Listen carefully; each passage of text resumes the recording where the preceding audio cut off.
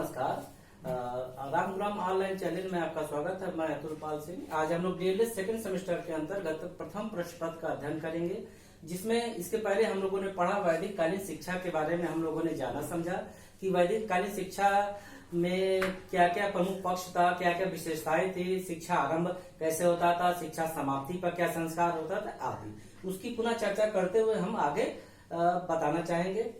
उसके पहले विद्या आरंभ, जब घर में बच्चों का 5 वर्ष के बाद विद्या आरंभ होता था तो उस संस्कार को विद्या आरंभ संस्कार या चूड़ा कर्म संस्कार कहते हैं। और जब बच्चा गुरु के पास आश्रम में पढ़ने जाता था उस समय एक और संस्कार होता था जिसको उपनयन संस्कार के नाम से जानते हैं। इसका जो शाब्दिक अर्थ है या संक्षेप में इसको कह सकते हैं, उपनयन का मतलब है कि छात्र का या बालक का गुरु के पास जाना, छात्र या बालक का गुरु के पास शिक्षा के लिए जाना उपनयन संस्कार कहलाता था। और जब शिक्षा समाप्त हो जाता था तो उस समय एक संस्कार और होता था जिसको हम समावर्तन संस्कार के नाम से जानते हैं। और इसकी कुछ विशेषताएं थी कि वैदिक कालीन शिक्षा पुस्तकीय शिक्षा पर आधारित नहीं थी, व्यवहारिक शिक्षा होती थी। छात्र को गुरु के घर या कुल में जाकर रहना पड़ता था, उनके सारे नियम को मानना पड़ता था और वहां रहना पड़ता था, और शिक्षा पर राज्य का कोई अधिकार नहीं था इत्यादि। ये सब हम पहले पढ़ चुके हैं, इसकी चर्चा हम लोग की कर चुके हैं। इसमें कुछ कमियां या दोष भी थे। वैदिक कालीन शिक्षा में कुछ कमियां और दोष भी मौजूद थे, जिसका आज हम अध्ययन करना चाहेंगे, बताना चाहेंगे। जिसमें सर्वप्रथम दोष था कि शिक्षा प्रणाली में बाल मनोविज्ञान का समावेश नहीं था। जो वैदिक कालीन शिक्षा की जो सबसे बड़ी कमियां कह सकते हैं या दोष कह सकते हैं कि शिक्षा प्रणाली में बाल मनोविज्ञान का समावेश नहीं था। जैसा कि हम जानते हैं कि आजकल किसी भी शिक्षा प्रणाली में बाल मनोविज्ञान का विशेष महत्व है कि बालक के मन के भाव को जानना, उस दृष्टिकोण से विषय वस्तु तय होती है कि किस क्लास में कौन से बच्चों को किस पाठ्यक्रम के अनुसार शिक्षा दिया जाए, क्योंकि सभी बच्चों की मानसिक आयु के हिसाब से या मेंटल आयु के हिसाब से उसका बौद्धिक स्तर अलग अलग होता है। जब हम बौद्धिक स्तर को जानेंगे तब उस हिसाब से हम पाठ्यक्रम का निर्धारण करेंगे। जैसे एलकेजी में दूसरा पाठ्यक्रम होता है, यूकेजी में दूसरा पाठ्यक्रम होता है, फर्स्ट में दूसरा होता है, 5 में दूसरा होता है, 6 में दूसरा होता है, हाई स्कूल में दूसरा होता है आदि। इसी प्रकार बच्चों के मानसिक स्तर के अनुसार पाठ्यक्रम धीरे धीरे सरल से कठिन होता चला जाता है। वो जब ग्रेजुएशन स्तर पर बच्चा स्टूडेंट पहुंचता है या प्रशिक्षण अवधि में आता है तो वो पाठ्यक्रम धीरे धीरे से सरल से कठिन होते हुए विस्तार पूर्वक रूप ले लेता है। तो ये सब बाल मनोविज्ञान का समावेश न होने से बच्चों के रुचियों पर, बच्चों के विषय में अधिक रुचि लेने पर या बच्चों का झुकाव या बच्चे किस क्षेत्र में अधिक जाना चाहते हैं, इसमें ऐसा कुछ व्यवस्था नहीं थी। सिर्फ जो गुरु चाहते थे, जो आचार्य चाहते थे, वही शिक्षा बच्चों को दिया जाता था। बच्चों की इच्छा हो या ना हो, ये वैदिक कालीन की एक कमियां कह सकते हैं कि इस शिक्षा प्रणाली में मनोविज्ञान विषय का अभाव था।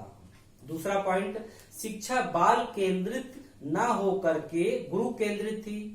अर्थात जैसे इस समय कहा जाता है, एक हम तुलनात्मक अध्ययन करना चाहेंगे, इस समय जो भी शिक्षा है वो बाल केंद्रित है, बालक के रुचि के अनुसार शिक्षा दी जाती है। इसमें बाल मनोविज्ञान का प्रयोग किया जाता है, इसलिए बालक की रुचि के अनुसार शिक्षा देते हुए बाल केंद्रित शिक्षा होती है। उसमें गुरु की इच्छा या गुरु के हिसाब से पाठ्यक्रम निर्धारण नहीं होता है। लेकिन वैदिक कालीन शिक्षा में एक बड़ा दोष ये भी था कि ये शिक्षा, वैदिक कालीन शिक्षा बाल केंद्रित ना होकर के गुरु या आचार्य केंद्रित थी। उनको जो लगता था, जो उपयुक्त हमको बताना चाहिए समाज की दृष्टि से या आवश्यक विषय वस्तु की दृष्टि से, वो बच्चों को बताई जाती थी।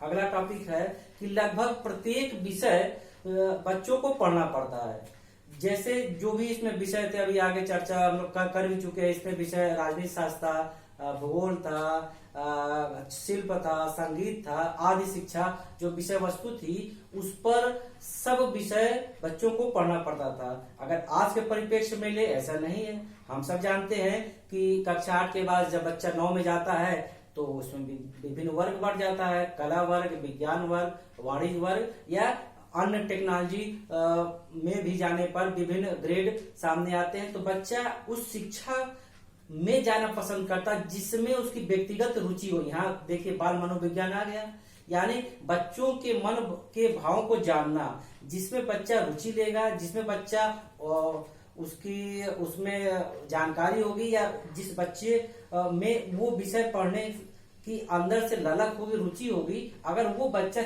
उस विषय का चयन करेगा तो उसमें सरलता से वो अच्छा अंक पा सकता है और उसमें वो प्रभावित रूप से अध्ययन कर सकता है।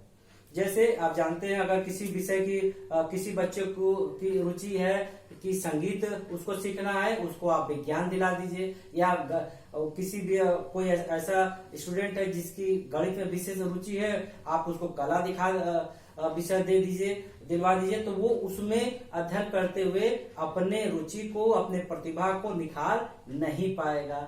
तो इसीलिए बाल मनोविज्ञान की चर्चा की गई है। बाल मनोविज्ञान से ये एक लाभ है कि बच्चे को किस क्षेत्र में जाना है, किस क्षेत्र में रुचि है, वो अपने अंदर छुपी हुई प्रतिभा को, रुचि को ध्यान में रखते हुए विषय का चयन करते हैं। तो हम ये कह सकते हैं कि उस समय वैदिक कालीन शिक्षा में जो भी सब विषय थे, वो गणित विषय हो या हस्तकला हो, संगीत हो, हस्तशिल्प हो, गणित, अर्थशास्त्र आदि विषय हो, ये सब विषय का अध्ययन बच्चों को लगभग करना पड़ता था। उसमें चयन का कोई विषय नहीं था कि वो हम ये विषय का चयन करेंगे, ये विषय का चयन करेंगे। जो गुरुजी पढ़ाते सब विषय का अध्ययन करना पड़ता था। तो ये भी एक वैदिक कालीन शिक्षा के दोष के अंतर्गत था कि सभी विषय का बच्चों को अनिवार्य रूप से शिक्षा लेना पड़ता था, उसमें चयन का कोई उनके पास माध्यम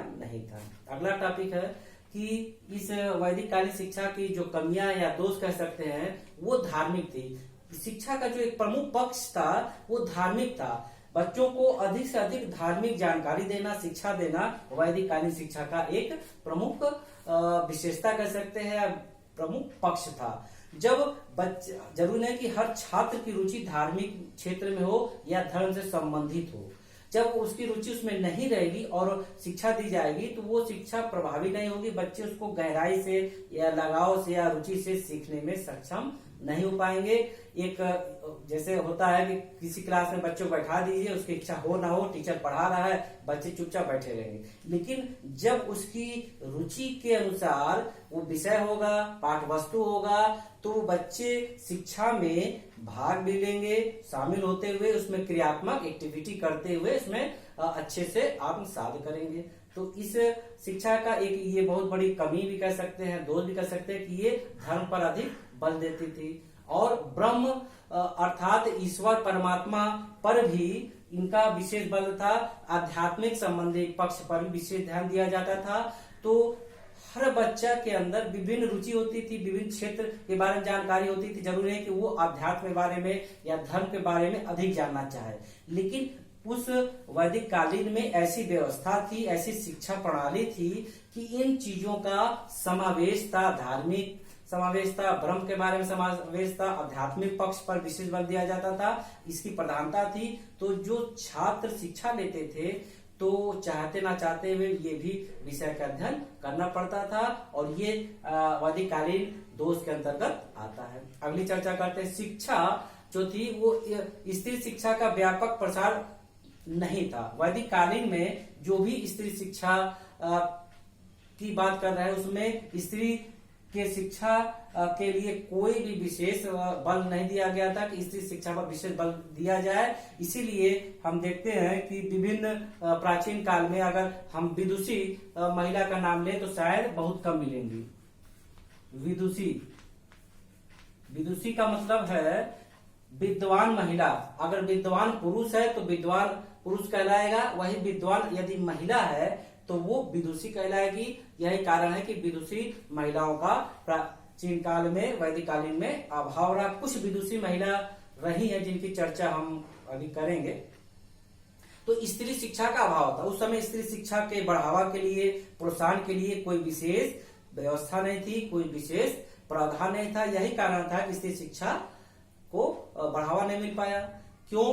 क्योंकि गुरुओं के पास जाकर रहने की व्यवस्था थी, और स्त्री महिला जानते हैं उस समय कैसे संकीर्ण विचारधारा या समाज रहा होगा कि अपने लड़कियों को या अपने घर की महिलाओं को गुरु के पास जाके सालों साल रहने की अनुमति मिले। और कुछ जो विदुषी महिला थी, तो वो महिलाएं थी जो ऋषि पुत्री थी या राज परिवार से संबंधित थी। तो जब राज परिवार से संबंधित रहेंगी तो स्वाभाविक रूप से वो शिक्षा से जुड़ी रहेंगी और विद्वान होंगी। और उसी क्रम में जो विदुषी महिला थी, जिसमें अपाला, गार्गी, लोपामुद्रा, मैत्रेयी आदि का नाम आता है, ये प्राचीन कालीन या वैदिक कालीन विदुषी महिला के अंतर्गत इनका नाम आता है। ये वही महिला थी, उसमें से अधिकांश ऋषि पुत्री थी और कुछ राज परिवार से संबंधित थी, जिनके पास सुख सुविधा का अपार अवसर था, और बाकी समान वर्ग की महिलाओं को ऐसा कुछ नहीं था। ये भी वैदिक कालीन शिक्षा का एक बड़ा दोष माना जाता था कि स्त्री शिक्षा के प्रसार के लिए उसमें कोई व्यवस्था नहीं थी, और यही कारण है प्राचीन कालीन स्त्री जो विदुषी महिला का नाम कम आता है। अगला टॉपिक है शिक्षा पद्धति मौखिक थी। एक ये भी इसकी कमी कही जा सकती है कि शिक्षा प्रणाली मौखिक थी। लिखने पर कोई भी जोर नहीं दिया जाता था, किसी प्रकार का प्रयास नहीं होता था। जब लिखने पर प्रयास नहीं होगा तो जो बच्चों के अंदर या छात्र के अंदर जो लेखन गुण का विकास होना चाहिए वो नहीं हो पाता था। सिर्फ मौखिक रूप से वो शिक्षा लेते थे, याद करते थे, व्यवहार में अमल करते थे। और ये जो शिक्षा का मौखिक प्रणाली था या मौखिक व्यवस्था थी, लिखने पर जोर नहीं दिया जाता था, ये भी वैदिक कालीन शिक्षा के एक कमियों में या एक दोष में माना जाता है। अगला टॉपिक है कि शिक्षा का माध्यम संस्कृत था। उस समय जो शिक्षा का माध्यम था वो संस्कृत भाषा था, और अन्य भाषाओं पर या स्थानीय भाषाओं पर या मातृभाषाओं पर किसी प्रकार का प्रोत्साहन नहीं था, किसी प्रकार से शिक्षा नहीं दी जाती थी। तो एक ये भी वैदिक कालीन शिक्षा की कमी या दोष मान सकते हैं कि शिक्षा का माध्यम केवल संस्कृत था। शिक्षा का माध्यम केवल संस्कृत था। बहुत से ऐसे वर्ग के लोग थे जो स्थानीय भाषा या मातृभाषा के माध्यम से शिक्षा लेने के इच्छुक थे या जानकार थे, लेकिन संस्कृत इतने अच्छे से आती नहीं थी। तो यही कारण है कि जो संस्कृत शिक्षा का माध्यम था, इसको भी एक बहुत बड़ा दोष वैदिक कालीन शिक्षा के बारे में हम कह सकते हैं। इस प्रकार आज हम लोगों ने ये सीखा कि वैदिक कालीन शिक्षा की कमियां और विशेषता का चर्चा हम लोग आज कर चुके हैं। इसके पहले हम लोगों ने वैदिक कालीन शिक्षा की विशेषता के बारे में, वैदिक कालीन शिक्षा का विद्या आरंभ के संबंध में, उसके पहले क्लास में वेद के बारे में आदि जाना। पुनः एक बार संक्षिप्त प्रश्न उत्तर करते हुए आज का क्लास यही समाप्त करना चाहेंगे कि वेद कितने प्रकार के होते हैं। हम इसके पहले क्लास में पढ़ा चुके हैं। वेद 4 प्रकार के होते हैं: ऋग्वेद, यजुर्वेद, सामवेद, अथर्ववेद। और सबसे पुराना कौन सा वेद है? ऋग्वेद। विद्या आरंभ की अवधि जो घर में होती थी बच्चों की, वो 5 वर्ष के बाद होती थी, जिसको चूड़ाकर्ण संस्कार या विद्या आरंभ संस्कार कहते हैं। और जब बच्चों को घर से गुरु के पास ले जाते थे शिक्षा के लिए, उस संस्कार को क्या कहते थे? उपनयन संस्कार। उप मतलब पास, नयन मतलब ले जाना, अर्थात गुरु के पास शिक्षा के लिए ले जाना बच्चों को, उपनयन संस्कार। और जब शिक्षा समाप्त होता था उस समय भी संस्कार किया जाता था। उस समय संस्कार किया जाता था समावर्तन संस्कार, अर्थात शिक्षा समाप्ति संस्कार। शिक्षा समाप्ति संस्कार के बाद बच्चे जो होते थे, छात्र जो होते थे, इच्छा से उनको गुरु दक्षिणा देते थे, जो उनका समर्थ होता था, जो वो जिस लायक होते थे, अपने यथा संभव शक्ति से गुरु दक्षिणा के रूप में वो वस्त्र हो सकता था या वो आश्रम की किसी प्रकार की सेवा हो सकती थी, कुछ भी सहयोग हो सकता था। स्वेच्छा से वो यथा संभव गुरु दक्षिणा के रूप में शिक्षा समाप्ति के बाद अपने गुरु को देते थे। और गुरु भी अपने छात्र को कुछ ना कुछ भेंट देते थे उस समय जो उनके पास होता था, या जो वो इच्छा रखते थे या जिसके वो सामर्थ्य थे। एक बार पुनः चर्चा करना चाहेंगे, उस समय जो महिलाओं का शिक्षा प्रचार में कमी रही, जिसमें पुनः सुन लीजिए विदुषी। विदुषी का मतलब है विद्वान महिला। जो विद्वान अगर महिला है तो उसको विदुषी कहेंगे, अगर वो पुरुष है तो विद्वान ही कहेंगे। तो उसमें नाम पुनः सुन ले, उसमें अपाला हम लिख दे रहे हैं क्योंकि ये नाम थोड़ा सा कठिन है, ध्यान दीजिएगा। अपाला, अपाला, घोषा,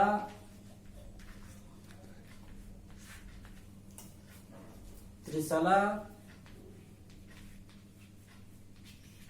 ये प्राचीन कालीन या वैदिक कालीन विदुषी महिलाएं थी। लोप मुद्रा, कहीं कहीं ये लोप मुद्रा को लोपा मुद्रा भी छपा मिल जाता है। गार्गी, गार्गी, मैत्रेयी,